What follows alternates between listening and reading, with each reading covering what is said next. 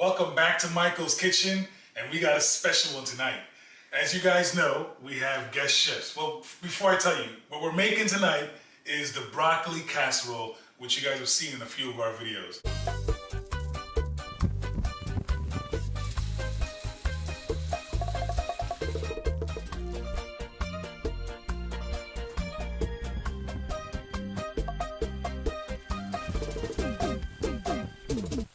It happens to be our guest chef favorite dish that we make.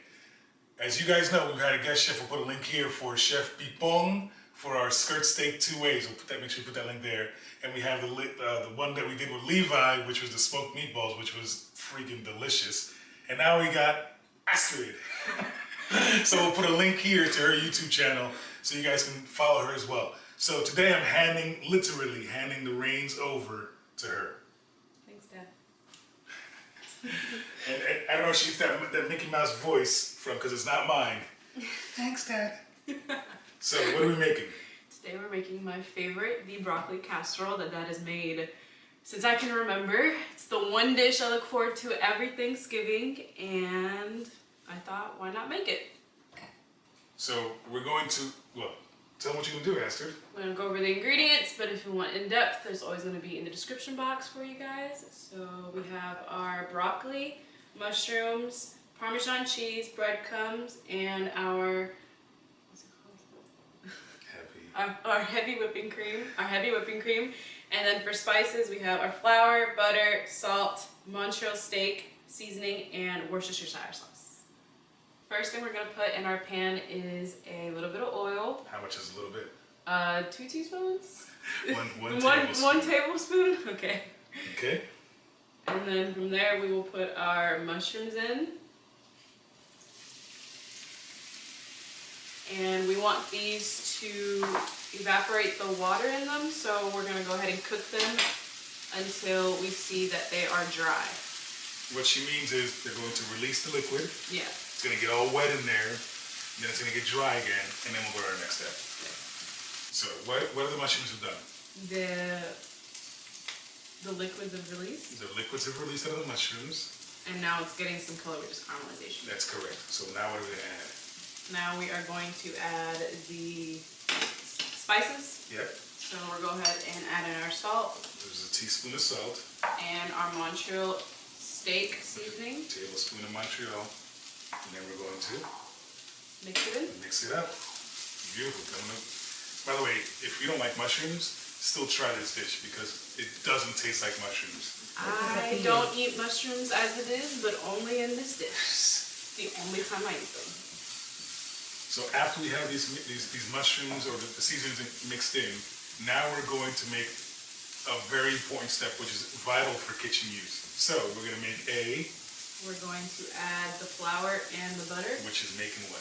The roux. A roux. So we're going to add butter and flour and combine to make a roux, which is your thickening agent for all your sauces. There's the butter. Get the butter melted first. Once the butter spread, it's okay to stir it around. Don't be shy. You got a whole pot there. Once the butter's melted, Then we add in our flour. spread the flour everywhere, correct? And then stir it up. And this is the roux. And again, you got to get aggressive stirring here with the goal of getting rid of all the clumps and cooking out the raw edge of the flour. So no raw flour and no clumps. By the way, if you're following home, you can start smelling. It smells almost nutty, like an almond finish. It doesn't smell like butter anymore. It smells almondy when you start getting to the point. If you really want it thick, or dark, you can go as dark as you want here. We're just trying to make it a nice little thick lightening agent or thickening agent. It smells good though. It does. So now what do we add? Now we're going to add our heavy whipping cream. Heavy whipping cream. And then after that, we will add our Worcestershire sauce.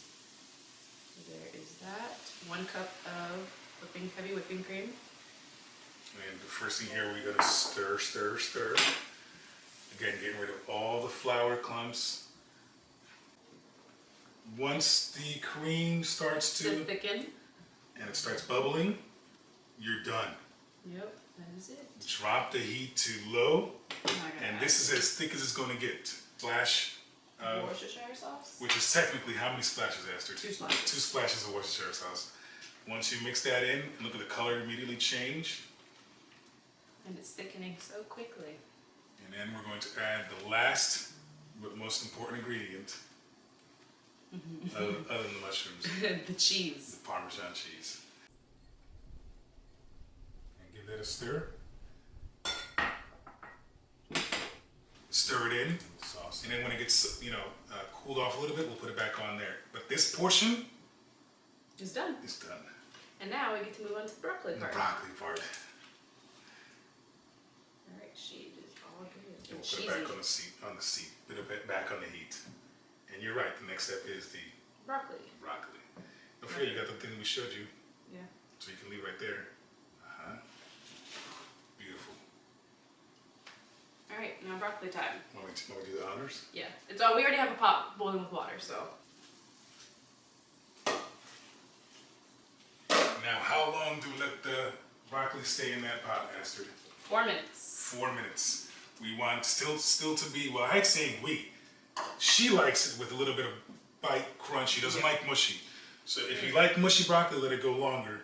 3 to 4 minutes tops, it comes out. And this is salted. Oh yeah, it's already salted. Salted boiling water. Yep. Alright, so our broccoli's done. We went ahead and drained it completely. We want no water. And now we're gonna go ahead and add it to our pan. Mom is on the other side of the screen ready to lose her mind because she covered it doing it this way. Fix it though. And then? And then we are going to add our roux. Which now is a cheese sauce. Now a cheese sauce. Well, we're gonna add our cheese sauce now.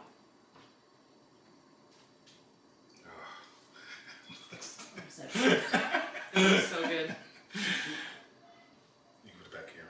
Okay.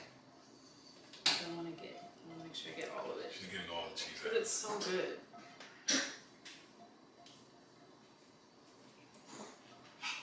Doesn't make a difference. They're all hot now. Oh. And then Last step is our breadcrumbs. we can also shake this around so it's one single layer. And we make sure that we put the breadcrumbs all over evenly on top.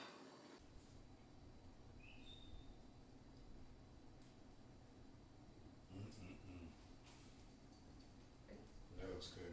Looks really good. And then? And now that we've got our breadcrumbs on, we're going to pop this in the oven at 375, and we're going to take it out once we see that it's bubbling on top and it's getting a little brown. So it's got a nice color to it. Should be about 5 or 10 minutes depending on what else you got in the oven. Since we only have that in there, it'll probably be 10 minutes. We are out of the oven and it's perfect color, it's bubbling, and it looks delicious. So, My favorite time of the video. it's to serve. Can I put a pepper flake on there? Yeah. Okay. Can I taste? Mm-hmm. Let's see. I'm risking myself because this is hot out of the oven. Good? Let me double check. Now I want to try some.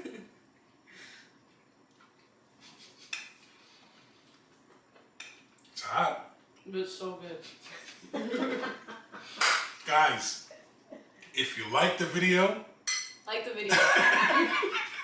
comment down below if there's any of those recipes you want us to try on the Thanksgiving dinner that we made, or anything you guys want us to try. That's what we're here for. And subscribe for more. And that said, I went tempo. baby, it's time to eat. What are we having with this? Follow us on TikTok and maybe you'll see. Bye, guys. Bye, people.